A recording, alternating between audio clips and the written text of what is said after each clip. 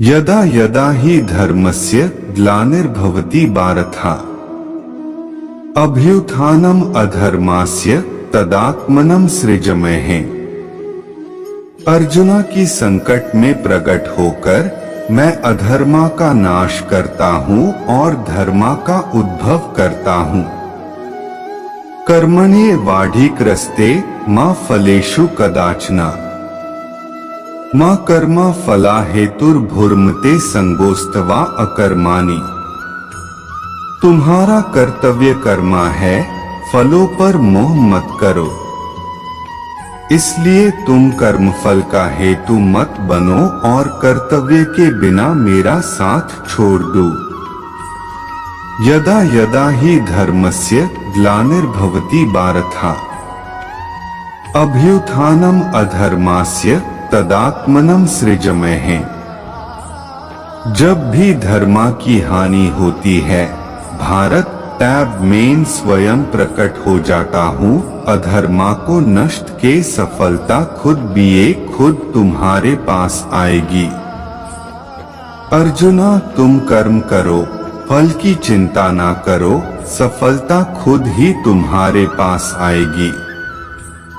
श्रेयान् स्वधर्मो विगुणाः पाराधर्मत् स्वनुष्ठिता स्वाभावानेतम कर्मा कुर्वान् नप्नोति किल्बिषम्।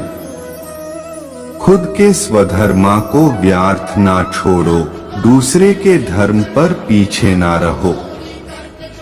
अपने स्वाभाविक कर्तव्य को निभाते हुए व्यक्ति पाप से मुक्त हो जाता है। जो व्यक्ति समस्त भूतों में संतुष्ट है, जो किसी से भी जैलपंथी है, उस व्यक्ति को कभी कोई भय नहीं होता। कृष्ण अर्जुना से कहते हैं कि जो व्यक्ति सभी में समान भावना रखकर जीवन जीता है, यूं किसी भी चीज से दार नहीं लगता। कर्म करने वाला काम जरूर करता है, लेकिन फल की लालच उससे दूर रहती है। कृष्ण अर्जुना को समझते हैं कि एक सही कर्म करने वाला व्यक्ति कर्म को ही महत्व देता है, फल पर नहीं। हमेशा अपने कर्तव्य में विश्वास रखो, उसमें से सफलता तक खुद आ जाएगी। कृष्ण अर्जुना से कहते हैं कि जब तक हम सही कर्तव्य में आस्था रखते हैं, तब तक सफलता खुद संपूर्ण होती है। धन, शक्ति और सौकार्य का पूर्ण विनम्रता ग्रहण करो, लेकिन घमंड नहीं। कृष्ण अर्जुना से समझते हैं कि दमरता से स्वीकार करो, लेकिन अहंकार ना रखो। असली युद्ध है मन के अंदर जो अपने असुर संस्कार से लड़ने की इच्छा रखता है। कृष्ण अर्जुना से कहते हैं कि असली युद्ध वह है जो व्यक्ति अपने अंदर के आसुरिक भावनाओं से लड़ता है। ये कोट्स महाभारता में कृष्णार्जुना की महत्वपूर्ण बातें को प्रस्तुत करते हैं। उम्मीद है कि आपको ये कोट्स प्रेरणा और अर्थपूर्ण लगेंगे। जय श्री कृष्णा अर्जुन से कहते हैं, क्या तुम्हें कोई दुविधा या समस्या है जिसके संबंध में हम चर्चा कर सकते हैं? अर्जुन कहते हैं, हाँ कृष्णा, मैं एक महत्वपूर्ण युद्ध में अपने रिवाजों और धार्मिक कर्तव्यों के बीच उलझा हुआ हूँ। मुझे समझ नहीं आ रहा है कि मैं जो योद्धा हूँ, उसके रूप में मैं इस युद्ध को कैसे लेने के लिए तैयार हो जाऊं। कृपया मुझे मार्गदर्शन दें, क्योंकि मैं बहुत विपरीत भावनाओं में उलझा हुआ हूँ। कृष्णा अर्जुन, तुझे उलझाने की कोई आवश्यकता नहीं है।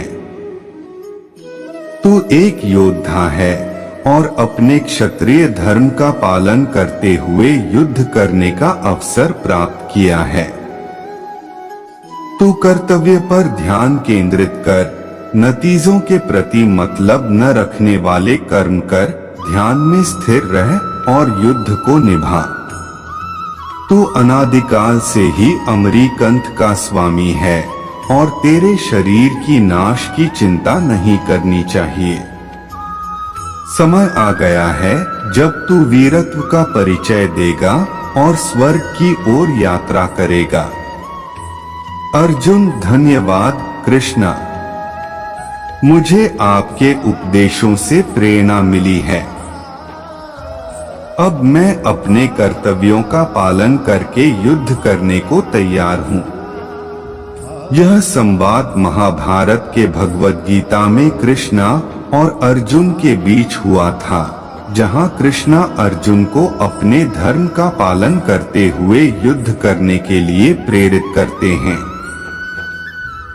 इसमें कृष्णा अर्जुन को विजयी भाव सहित कठिनाइयों का सामना करने के लिए प्रेरित करते हैं।